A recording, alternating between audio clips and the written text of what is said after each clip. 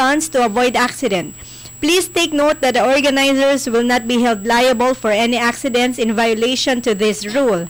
Number 6, pyrotechnics and other hazardous materials or props are not allowed during the competition. Number 7, maximum of 10 groups only. And number 8, no registration fee. Registration starts June 11, 2014 from 9 a.m. to 4 p.m. only at City Tourism Office inside the Olongapo City Convention Center. Ando doon pa pala sa dating lugar. Yes. Look for Miss Len. Note, each participating group is required to register. Groups may wear any costume or attire provided that the costumes are decent and secured. Decente ha. Pero di ba in the eyes of the beholder pa rin yun. Oo naman. Participating groups are allowed to use OPM remix songs. So ang grand winner ay, guess what? Magkakaroon ng 7,000 pesos. Ang first place natin, grand winner, iba pa sa first place. Babasahin ko lang, ito po ay pinost sa Olongapo City Council ha. Ang grand winner ay 7K, first place daw ay 5K, at second place 3K. Okay. So malamang ito ay grand winner 7K, first runner-up 5K, and second runner-up 3K. Siguro ganon, no? At itong galaw para sa Kalayaan Dance Competition ay gagawin sa June 19, birthday ng ating national hero na si Jose Rizal. I believe, friendship, dapat siguro ito noong araw ng Kalayaan, ano? Kaya lang parang nag-uulan noon. Pero sayang kasi remember nung panahon ng dating administrasyon, pagkatapos ng wreath laying, di ba, sa monumento ni Jose Rizal, ay pumupunta tayo doon sa stage ng Triangle at doon ay may mga programa, no, na mga palabas na kung saan nakakapanood ang ating mga mamamayan. Pero nung nakaraan ay umulan at kaya siguro ginawa itong galaw para sa Kalayaan Dance Competition sa June 19. Yes, at para talaga daw sa birthday ni Dr. Jose P. Rizal, June 19. Ayun. Isa pang announcement, friendship, if I may. Yung Civil Service Commission or CSC has scheduled the Career Service Examination, Paper and Pencil Test, Professional and Sub-Professional scheduled on October 26, 2014 to be held in Olongapo City. Civil Service Commission will conduct an on-site processing of application for CSC examination on June 17, 2014, 8 a.m. to 5 p.m. in front of City Health Lobby, Olongapo City. Application requirements: number 1, fully accomplished application form. Number 2, 4 copies of identical ID pictures with specifications as follows: passport size, it must be colored with white background, taken within 3 months prior to filing of application, printed on good quality photo paper, and in standard close-up shot, from shoulder level up with the head and face occupying at least 80% of the picture, and with the name tag positioned at approximately 1 inch or 2.54 cm below the chin. Wow, detalyado. Specific niyan, di ba? Letters F, in bare face. Ang nakalagay dito, with no eyeglasses or any accessories that may cover the facial features. Alam mo pa, meron pa. It must show the left and right ears. Teka lang. Parang ano yan, friendship? Ayan. Parang kumukuha ka ng passport. Mahigpit pala, no? Yes. Letter H, taken in full face view directly facing the camera. Sa yung camera natin yan. And then, with neutral facial expression and both eyes open. So, hindi pala pwedeng nakangiti. Mahirap yun, ha? Pwede naman sa basta wag lang labas yung ngipin. Yes. With full and handwritten. Nakalagay dito, not computer-generated, name tag in the format. First name, middle initial, last name, and extension name, if any. Marami kasing na-reject dahil dito sa picture na medyo kakaiba doon sa nire-require ng CSC. Tapos, after the picture, meron pang original and photocopy of any valid ID containing applicant's clear picture, date of birth, signature, and signature of the authorized head of the issuing agency, such as driver's license, SSS, ID, GSIS ID, PhilHealth, current school ID, postal ID, BIR ID, barangay ID, voter's ID, and so on and so forth. IDs with lacking information, particularly the applicant's date of birth, should be supported by birth certificate issued or authenticated by NSO or local civil registrar. And lastly, examination fee of 500 pesos.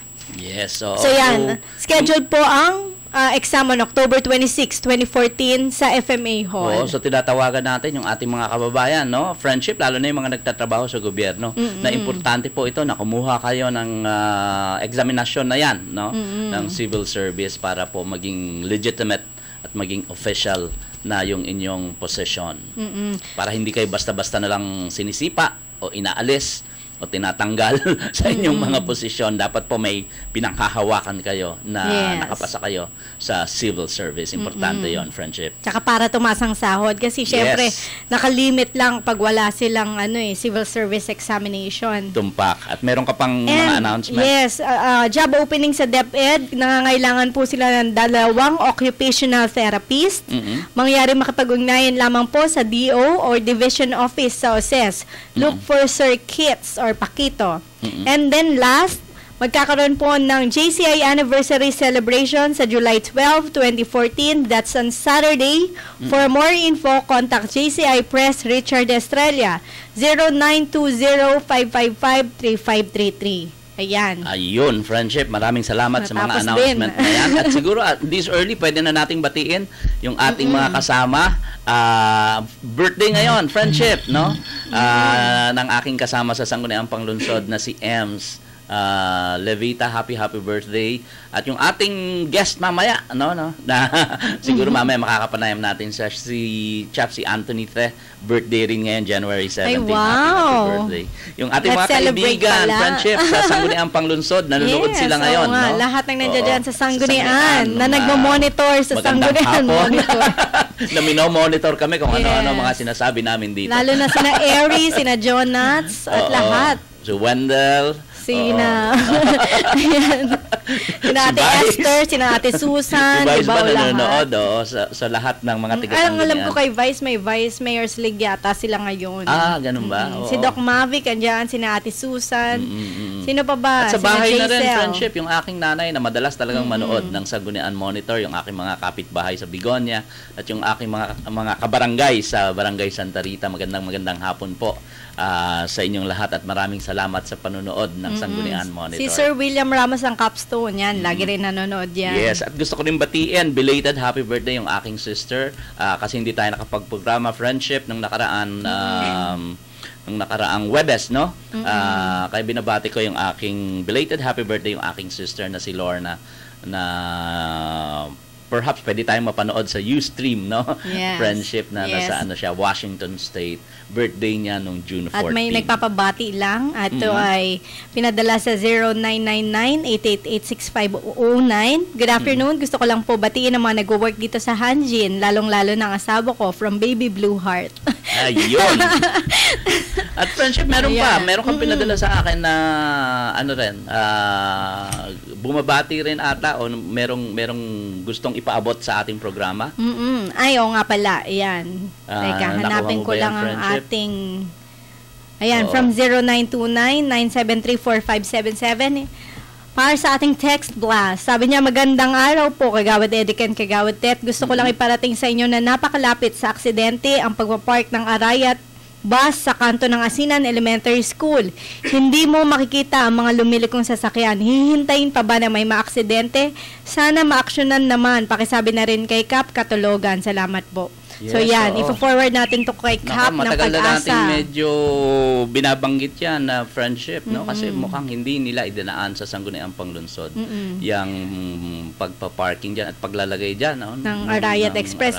Yes, friendship, as a matter of fact, ay may barangay resolution na talagang ina-oppose nila ang pagpa-park ng Arayat Express dyan sa palengke. Dahil nga marami tayong estudyante dyan. Anyway, tututukan pa rin natin yan, friendship. So magbabalik po ang Sangguniang Monitor mamaya. Tatalakayin po natin yung mga nangyari last session sa Sangguniang Panglunsod. Pagkatapos po ay ipapakilala natin yung ating mga panauhin ngayong hapon. So magbabalik po ang Sangguniang Monitor. Mula sa lungsod ng Olongapo, ito ang Subic Broadcasting Corporation. Himpilan ng radyo, DWGO. 1008 kHz kasapi sa KBP, kapisanan ng mga broadcasters sa Pilipinas.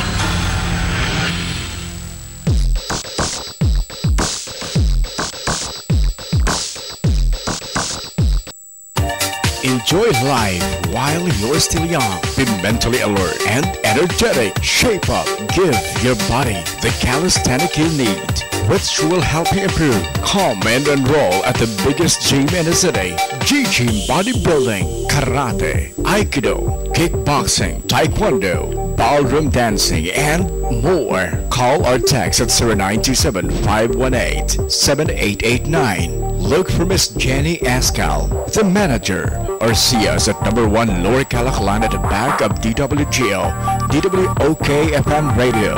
We want you to visit our place too. G-Gym Bodybuilding. Life is beautiful if you know that health is wealth. The memories of life is the gift of Heritage Garden, Olongapo's newest and modern private cemetery. Heritage Garden is very well maintained to give your loved ones a peaceful, eternal rest. Come and visit us and avail of our reasonable rates. Life is everlasting at Heritage Garden.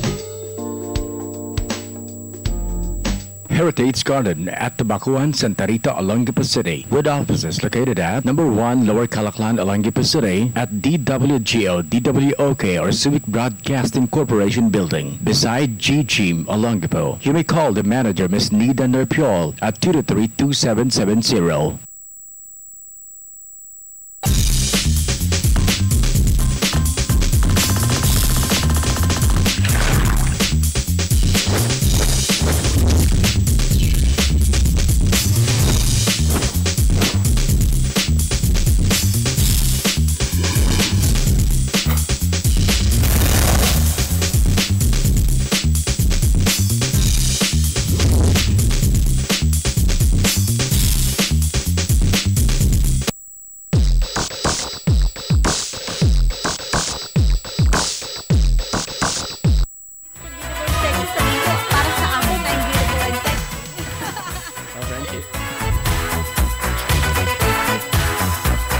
Yes, nagbabalik po ang Sanggunian Monitor at friendship, no? Ano ba nangyari last session?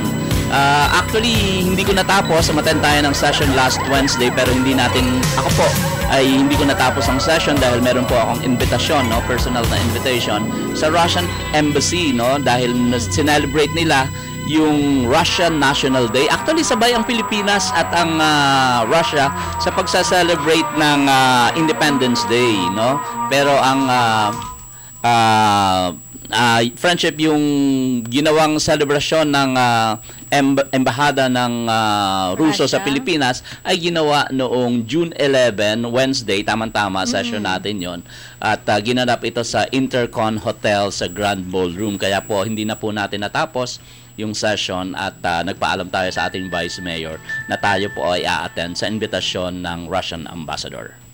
Ayun, yes, friendship. Ano bang mga first reading natin, second reading, and third reading nung nakaraang session? Noong nakaraang session ay pinasa natin yung ating resolution of commendation doon sa ating dalawang Olongapeño na worth emulating, si Ma'am Celeste Kahiwat. Yes. Dahil siya yung kauna-unahang naging registered guidance counselor na nakapasa ng PRC at siya ngayon ay nasa division office o public school. Siyang first guidance counselor, registered guidance counselor sa public school. At ito namang si Michael Coloma, siya ay nakapulot ng 11,000 mahigit. Dito lang sa likod ng City Hall, doon po malapit sa ating fire department. So, binigyan natin sila ng commendation. Unfortunately, yun nga, friendship, now, bigla kang may emergency. During votation. Yes, may official business. So, yes. Tayo dalawa actually ni Cap Shonson. Yun. Pero yung ating ipinasa, kasi co-sponsor ako doon na friendship, at present naman ako nung nagkaroon ng roll call, no? Actually, dumating tayo ng medyo late din, pero present tayo nung session na yon.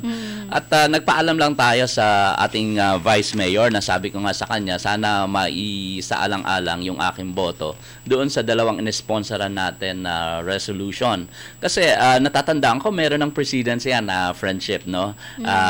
Na umalis yung co-sponsor at sinabi na boboto siya, no? Kasi importante yung kanyang lakad. Yun sa akin din naman ay official naman yon, yung imbitasyon pa yon galing sa embahada ng Russo, no, Russian Embassy. Kaya nagpaalam tayo, pero hindi tayo pinayagan ng majority dahil wala daw sa internal rules. So, actually hindi nga nakasulat yun sa internal rules, pero may precedence na yon. At saka ang importante, friendship, co-sponsor ako doon sa resolution na yon, no? But anyway, sige, sinunod natin kung ano yung gusto ng majority na hindi sila pumayag sa aking boto doon sa dalawang resolution na inihain mo. By the way, friendship, yung guidance counselor, no? Pwede ba nating maimbitahan dito sa ating Sangguniang Monitor dahil interesting, no? Yung kanyang achievement at siguro marami tayong tanong, no? For the first time ay merong isang professional guidance counselor na ano ba yun, nakapasa sa PRC last year. Ayun. Yes, so sana maimbitahan natin dito. So sa lahat ng guidance counselor, siya pa lang ang nakakapasa sa PRC exam. Yes, so para sana ma-interview natin. sundan siya nung iba pa nating mga guidance counselors. Yes. Ito namang June 18, bukas to, Friendship Edict. Sa lahat ng mga gustong manood ng session, pumunta lamang po kayo sa second floor ng City Hall. Ito po ay supposed to be mag-uumpisa ng 1 o'clock in the afternoon. Pero usually 1:30 na yan nagsisimula. Yes. So sa second reading and third reading wala tayong naka-agenda, pero sa first reading, basahin ko lang isa-isa. Number 1, Draft Ordinance number 2014-0-14. An ordinance prohibiting the use of plastic bags on dry goods and regulating its utilization on wet goods and prohibiting the use of styrofoam within the city of Olongapo and prescribing the penalties thereof. This is sponsored by City Councilor Noel Atienza. Nako, i-urgent kaya ito bukas, friendship? Kasi medyo matagal na rin ito sa first reading. Kulang pa kasi ito ng maaari nilang i-urgent to, pero ang alam ko, kulang pa ito ng mga public hearing. Oo, medyo masalimiot itong ordinance na ito, no, friendship. But anyway, medyo nag-comment na tayo dyan before. So again, sige, friendship.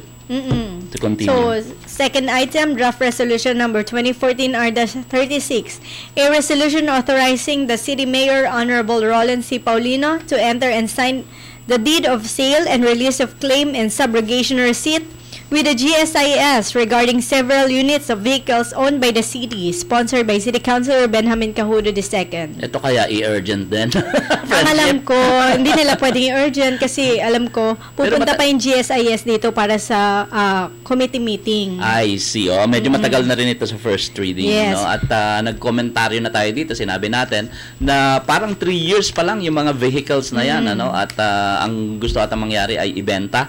Na supposed to be ay naka-insured pa sa atin. Kaya medyo bubusisiin natin itong panukalang ito. Third item, draft resolution number 2014-R-39, a resolution authorizing the City Mayor to negotiate with the National Statistics Office as regards to the use of an office space at the former PUD maintenance building at Barangay Pag-asa, Olongapo City. Bakit na-delay ito, friendship? Medyo matagal ko nang nababasa ito sa first reading. Ang alam ko, hindi pa yata sila nakakapag-committee meeting dito, friendship.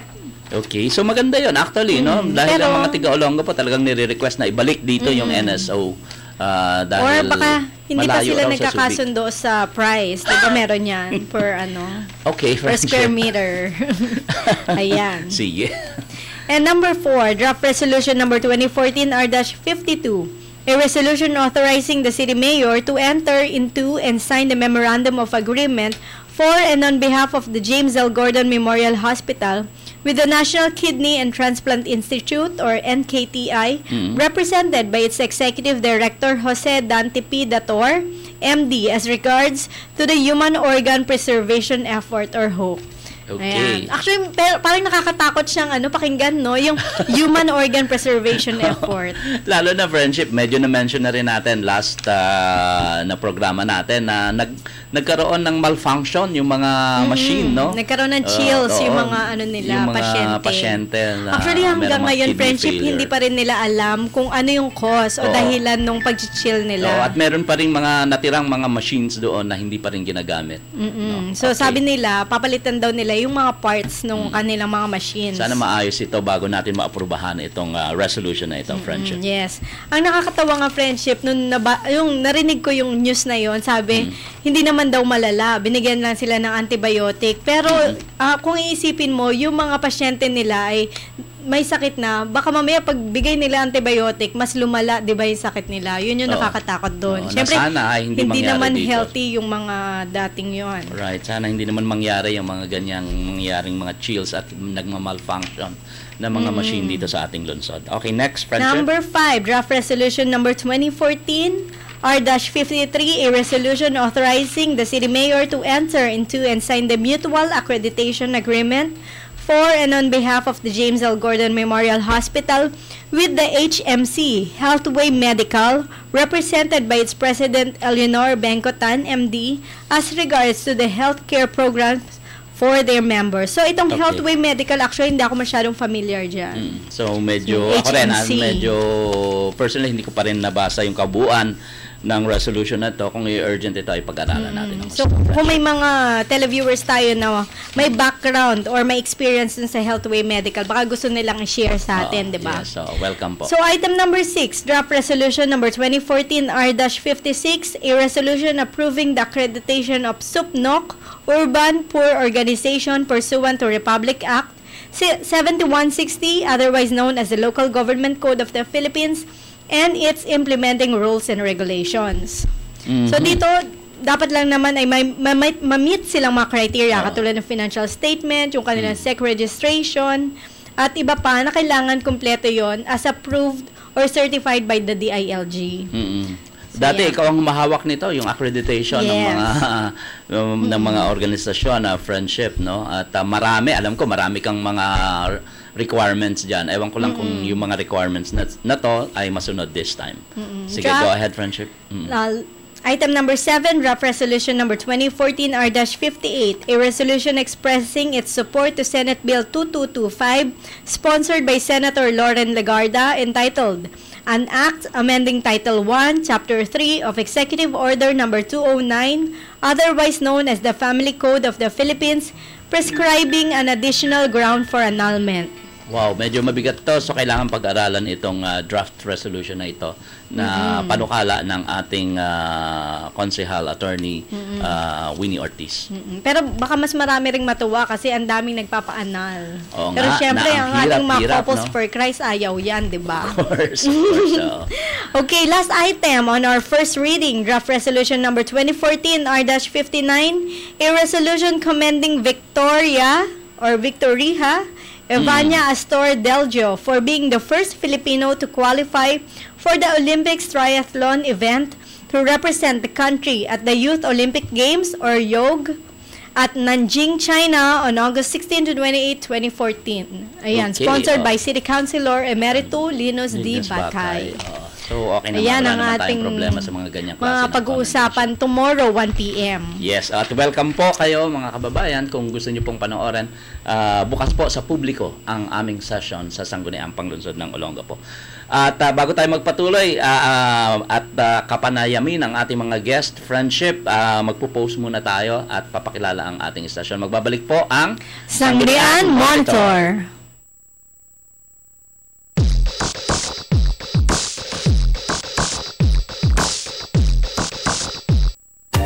Enjoy life while you're still young. Be mentally alert and energetic. Shape up. Give your body the calisthenic you need, which will help you improve. Come and enroll at the biggest gym in the city. G-Gym Bodybuilding, Karate, Aikido, Kickboxing, Taekwondo, Ballroom Dancing, and more. Call or text at 0927-518-7889. Look for Miss Jenny Ascal, the manager, or see us at number 1 Lower Calaclan at the back of DWGO, DWOK FM Radio. We want you to visit our place too. GG Bodybuilding. Life is beautiful if you know that health is wealth. The memories of life is the gift of Heritage Garden, Olongapo's newest and modern private cemetery. Heritage Garden is very well maintained to give your loved ones a peaceful, eternal rest. Come and visit us and avail of our reasonable rates. Life is everlasting at Heritage Garden. Heritage Garden at Tabacuan, Santa Rita, Olongapo City, with offices located at number 1 Lower Calaclan, Olongapo City, at DWGO, DWOK, or Civic Broadcasting Corporation Building, beside G-Gym, Olongapo. You may call the manager, Ms. Nida Nerpiol, at 223-2770.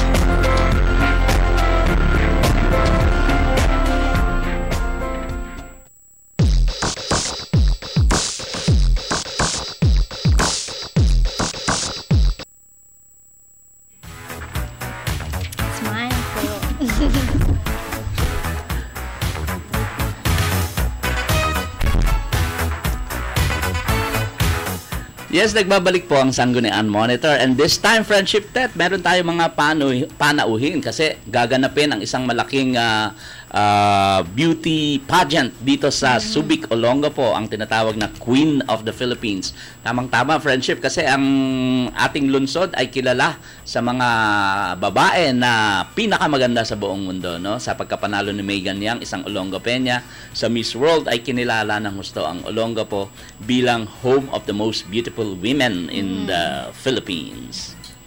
Yes, Friendship, at ngayong umaga ay narito po sa ating himpilan, live na live, guest po natin, si Miss Venus Ligasan, aka Miss V, Executive Assistant ng Megastar Production. Magandang umaga, Miss V, at pakihanda po yung ating microphone. Kasama rin natin ang aking kaibigan na si Anthony Chops Te, no? Na events coordinator ng Megastar at ng kasama rin, no? sa bagong bukas na proyekto na akin ding sinasamahan, ang Kayani Philippines. And of course, ang bagong investor dito sa Olongapo, no? Nagtayo siya ng bagong opisina, Friendship. Ang aking kaibigan din na matagal na panahon na, si Mr. Nick Santos, ay nandito ngayon ng NTN Trading. Okay. So simulan natin, Friendship, kay Miss V. Yes, Ma'am Venus. Ma'am Venus. Ma'am Yes. Venus Ra. Right po. Venus Ra. Hello Talaga po. naman. Pang-beauty contest talaga. Sayang wala akong magandang Ra. hapon, Venus. Good afternoon, sir and ma'am. Yes. Yan. So, we would like to promote yung the search is on for Queen of the Philippines 2014. It has the 3 international crowns in one glamorous night.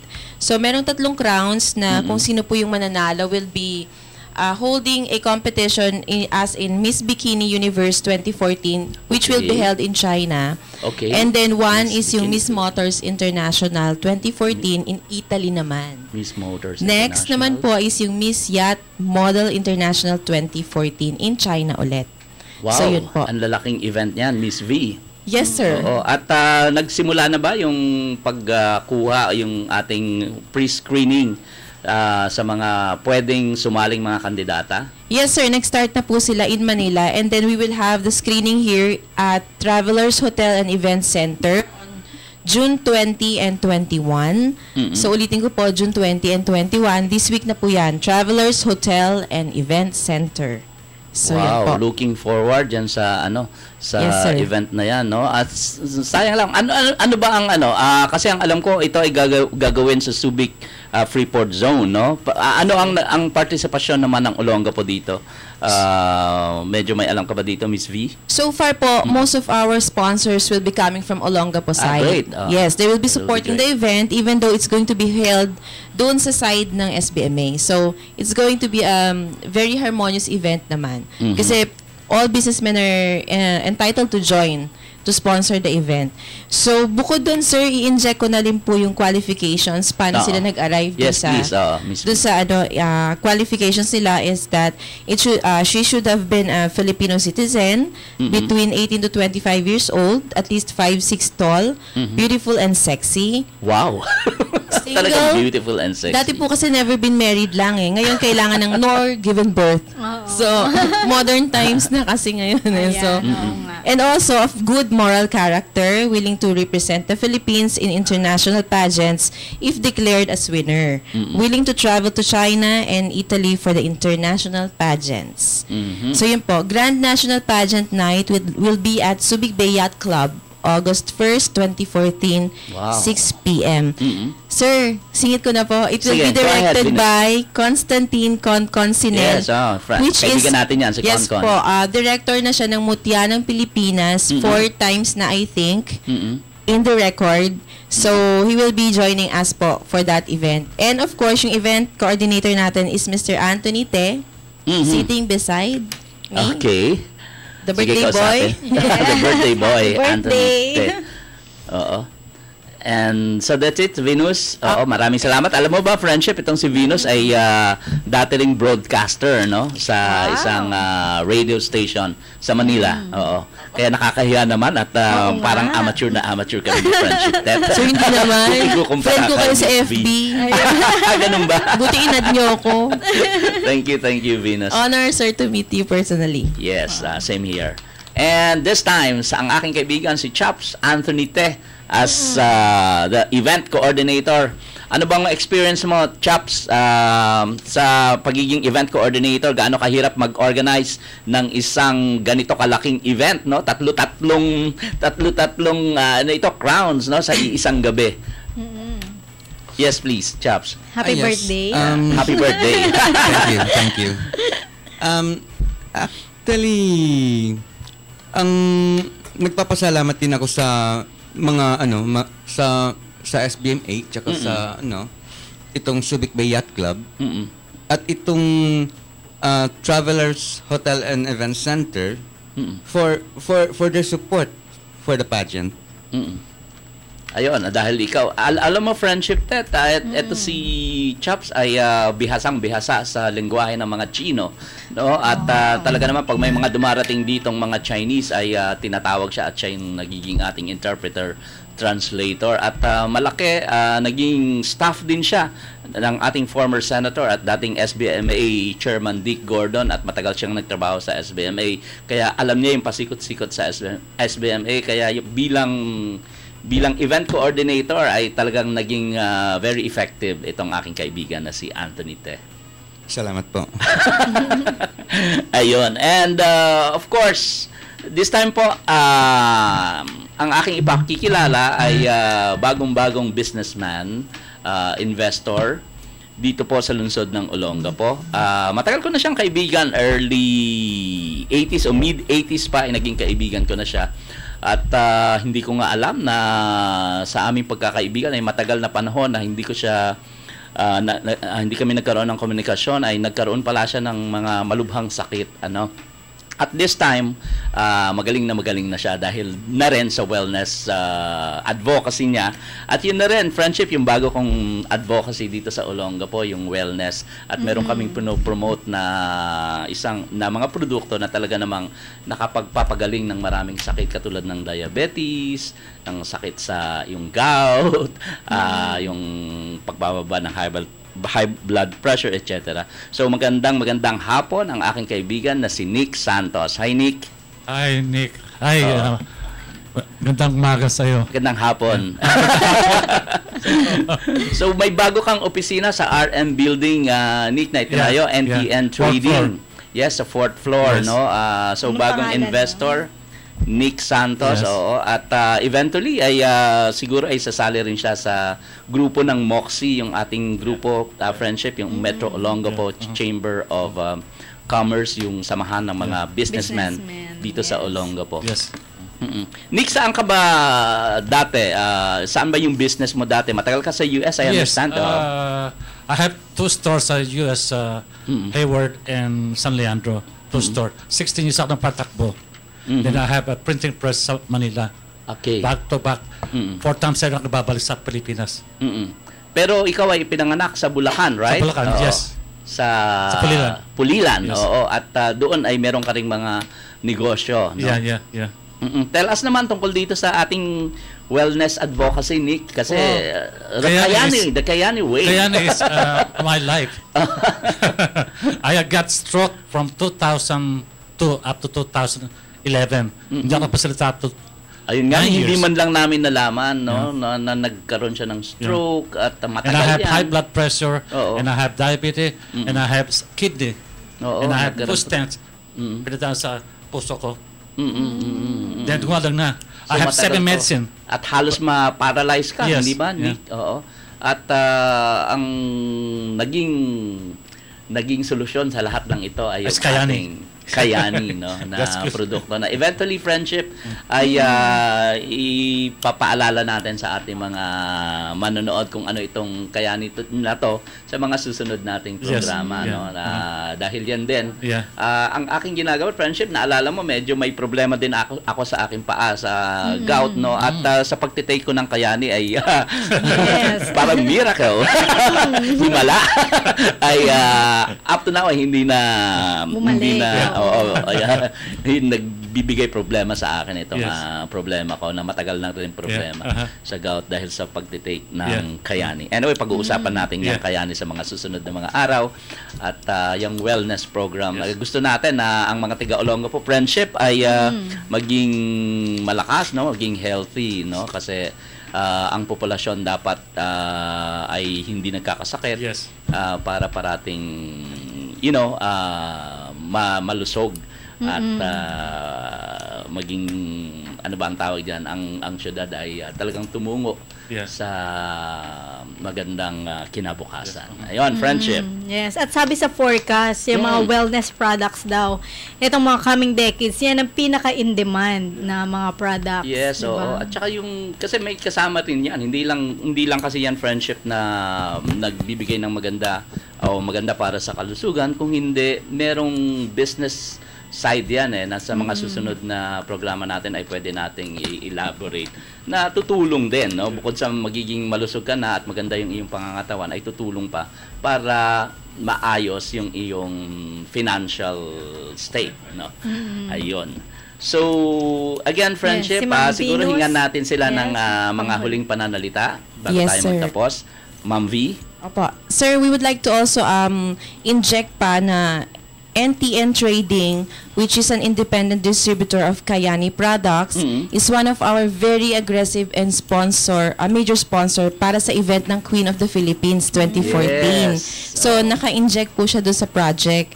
And then also, we would like to thank yung ating media partners, GNN Global News Network, The Philippine Events, Model Search Manila, SBC TV 22, RH and DZRH Television, DWGO, and DWOK 97.5 FM and 89.5 Subic Bay Radio. Ayun. Also, sir, last na lang yes, po. Venus, Miss V, go ahead. We would like to thank our Megastar Production family in Manila. So Megastar Productions Company Incorporated is an event production company and has been a major player in the country's events. So day-to-day operation is principally managed by Mr. Ovet Ricalde, and is also known in the industry as the mother of all pageants. Yes, si Madam Ovet. For holding the most number of international pageants franchises in the Philippines. Queen of the Philippines, contact information, sir, banggitin ko na po. Office address, Megastar Events and Productions, 31B K8, West Camias, Quezon City, Philippines. Mobile number 0939-2788-097. At dito sa Olongapo ay may office na rin ng Mega Production, no? Satellite lang po siya, yes sir. Satellite office, RM Building, no? Yes sir. Andon natin makikita si Chops at saka ang aking kaibigan na si Nick. Thank you, sir. So, ayan, tayo ang media partner. Isa tayo sa media partner friendship ng Queen of the Philippines event na ito. Ayan, baka may panghuling sa ating birthday boy, meron kang panghuling pananalita. Yes. Chops, go ahead. Birthday boy. Ano bang plano mamayang gabi? In Chinese. Mukhang malaking celebration. Thank you for coming. Thank you.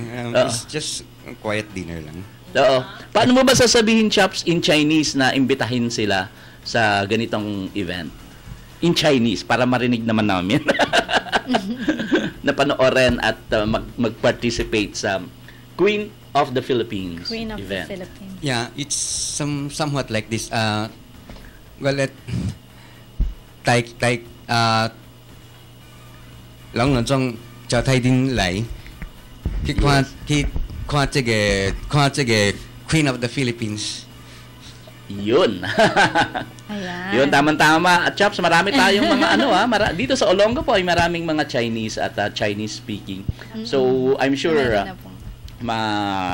narinig nila ang inyong paanyaya at hari nawa ay dumalo sila at mag-participate sa malaking event na ito. Yes po. Maraming salamat, Chops, and happy birthday again. And Thank you. Nick Santos, maraming salamat at good luck sa iyong bagong negosyo dito sa lungsod ng Olongapo. Sana hindi ka mapahirapan o mahirapan. Yeah. Mababait naman ang mga tiga Olongapo. Pagdating business friendly dapat, di ba, friendship? Yun. So, friendship, pwede na tayo magpaalam. Of course, dahil nabanggit ang birthday, binabati natin si Ma'am Ems Levita, June 17. Yes, Ems, happy birthday. June 18, si Jessica Gungon, yung ating SK chairman ng Istapinac, at si Ma'am Susan Cacho ng Popcom. Ayan, bukas sila magba-birthday.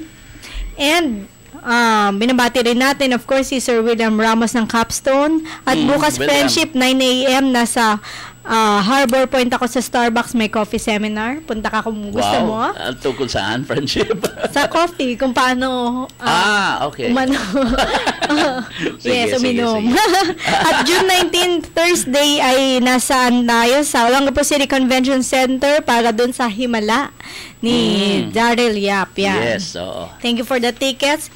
At happening now, gusto ko lamang nating ibalita na sa FMA Hall, mula kaninang 8 a.m. hanggang bukas, ay nagkakaroon sila ng workshop about CLUP, o yun yung Comprehensive Land Use Plan ng City Planning and Development Office. Importante yan, friendship. So, hopefully dalaw pa tayo, no? Total hanggang bukas pa naman yan. Friendship, pahabol ko lang yung mga nag-text sa atin, ha? Yes, from 16695. Matanong ko lamang po, bakit po laging nakasigaw ang mga nagtatrabaho sa labor? Pag nagtatanong, nakakailang tuloy magtanong. Labor saan? Sa SBMA o yung ating PESO office? Yun, siguro sige, tawagan natin ang pansin. Baka yung Department of Labor yan. Si Mario Esquilio, no? Na acting head dyan sa PESO. Opo. Tapos ito namang 33864, binabati ko po ang aking kaibigan at good noon, Councilor Ted, dito po sa Gordon Heights. Jeep naniningil, mahal, wala pa sila katunayang pwede na sila magtaas. Ay, oo. Nako, dapat medyo ayusin yan, no, ng ating pamahalaan. pati na rin yung chairman ng Committee on Transportation and ano ba yun, Friendship? Dalawa yan yung and traffic management. And traffic management, no? Tungkol diyan sa pagtataas ng pamasahe. Medyo masalimuot yan ngayon kasi bago pa lang na ipinatutupad yan. From 19381, binabati ko ang friend ko from Castillejo, si Jonah, na nanonood ngayon ng Sangguniang Monitor. And from 66109, binabati ko ng happy birthday ang aking apo na si Abigail Prudencio. So, yun lamang, Friendship. At para doon sa nag-text, yung last 4 digits of 4985, sabi niya, hi, good PM. Ito ba yung channel ng Olongapo na napapanood ko ngayon? Ito po yun, SBC TV Channel 22 sa antena at DWGO 1008 kHz sa AM radio. So yun po, kami po ni Friendship Tet ang inyong napapakinggan. At tapos na naman tayo, Friendship. Babalik po ang Sangguniang Monitor sa Webes. Ikikwento po namin yung mga magaganap sa session bukas, no? Yes. Sa session hall ng Sangguniang Panglunsod. So maraming salamat po sa inyong panonood at pakikinig at Friendship. Yes, syempre. So, tune in ulit kayo sa Thursday. Sama-sama tayo sa Asenso ng Olongapo. At Friendship, God bless. Yes, sa mga taga-Olongapo po. Good skills, syempre, no? Parati natin sinasabi na dapat parating may magandang skills ang lahat dito sa lungsod ng Olongapo para magamit at para lahat ay may trabaho. So, good skills and Godspeed Olongapo. Ito po ang inyong konsehal, kaibigan Friendship Eric Piano. At ito naman po ang inyong Friendship Tet Marsan. Hanggang sa muli, hanggang sa susunod na Sangguniang Monitor. Enjoy life while you're still young. Be mentally alert and energetic. Shape up. Give your body the calisthenic you need, which will help you improve. Come and enroll at the biggest gym in the city. G-Gym Bodybuilding, Karate, Aikido, Kickboxing, Taekwondo, ballroom dancing, and more. Call or text at 0927-518-7889. Look for Miss Jenny Ascal, the manager, or see us at number 1 Lower Calaclan at the back of DWGO, DWOK FM Radio. We want you to visit our place too. G-Gym Bodybuilding. Life is beautiful if you know that health is wealth. The memories of life is the gift of Heritage Garden, Olongapo's newest and modern private cemetery. Heritage Garden is very well maintained to give your loved ones a peaceful, eternal rest. Come and visit us and avail